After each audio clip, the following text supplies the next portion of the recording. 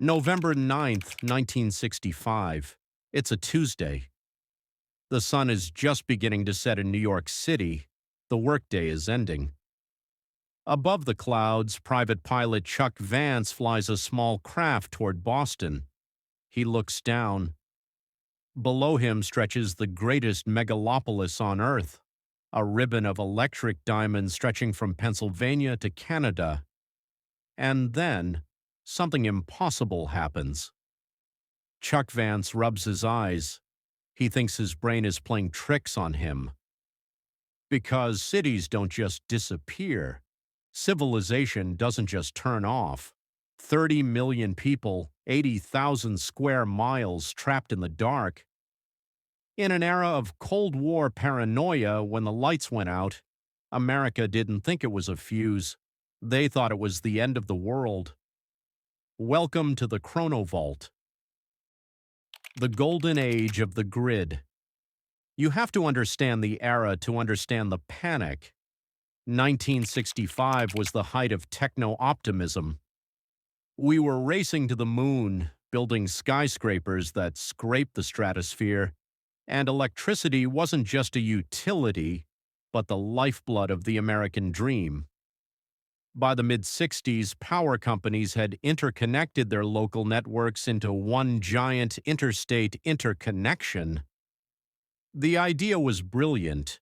If one city needed more juice, another city could lend it. It was supposed to make the system invincible. But the thing about a chain is, well, you know the saying. And on this particular Tuesday, the weak link wasn't a bomb. It wasn't a Soviet saboteur. It was a backup protective relay located at the Sir Adam Beck station on the Niagara River. It was only the size of a shoebox. Demand was high at 5:16 p.m. It was getting cold. Heaters were clicking on. That little relay? It was set too low. It thought the power line was overloaded. It wasn't. But the relay didn't care. It did exactly what it was designed to do. It tripped.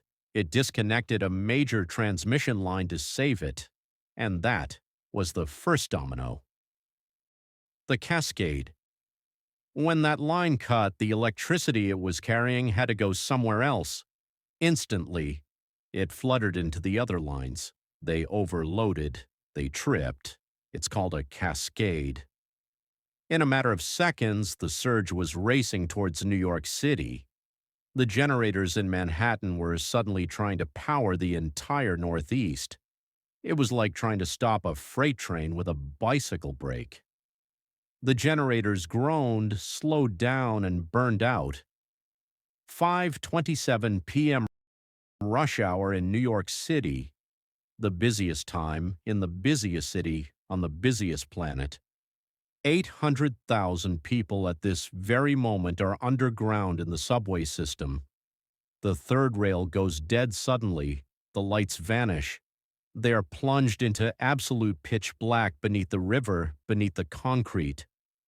Office workers are plunged into darkness between floors and elevators. On the street, the traffic lights die. The cacophony of the city changes. An electric hum stops. Imagine being there. No cell phones, no internet to check what's happening. Just sudden comprehensive darkness. And remember, in 1965, the shadow of the mushroom cloud loomed over everything. Fear and the full moon. The immediate assumption wasn't technical glitch. It was war. The lights flickered at the Pentagon.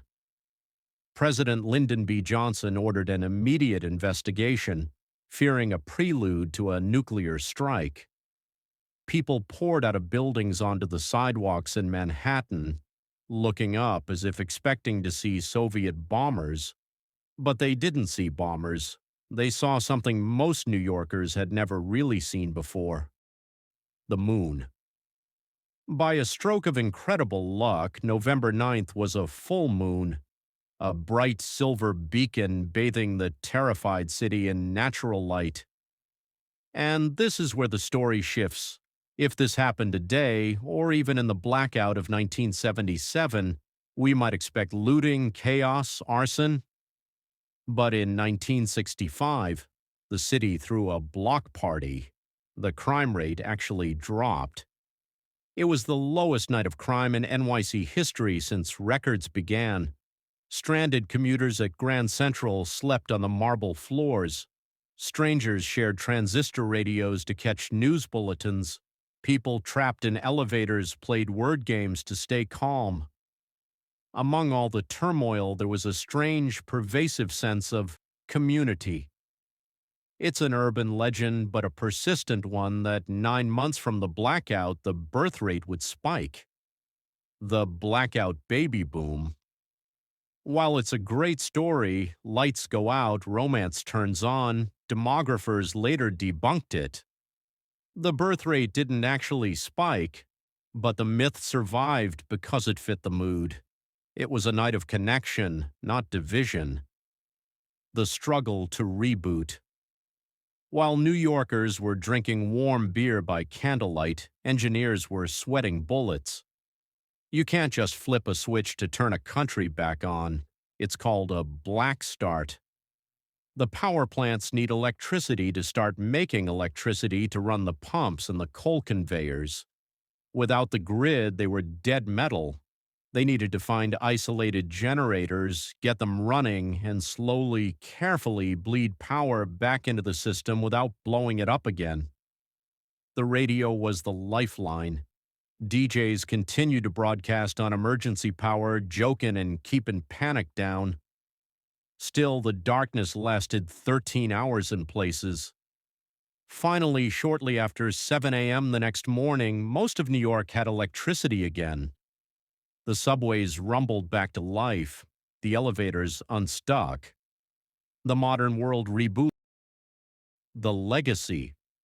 Everything changed with the Great Blackout of '65. That forced the creation of the North American Electric Reliability Corporation. It forced the grid to talk to itself better, to isolate failures before they cascaded. But more importantly, it shattered an illusion. It showed America something we had long avoided, that our mastery over the environment was fragile. We were only one shoebox-sized relay away from the Stone Age. We live in a world today that is even more dependent on the grid. If the lights went out now for 13 hours, would we have the community spirit of 1965? Or would we see a very different kind of darkness? The night America stopped was a warning, but also a weirdly beautiful moment of pause in a decade that was spinning out of control. What would you do if the grid went down right now? Would you panic or throw a party? Let me know in the comments below. And to uncover more secrets lost in time, hit that subscribe button and ring the bell. See you in the next timeline.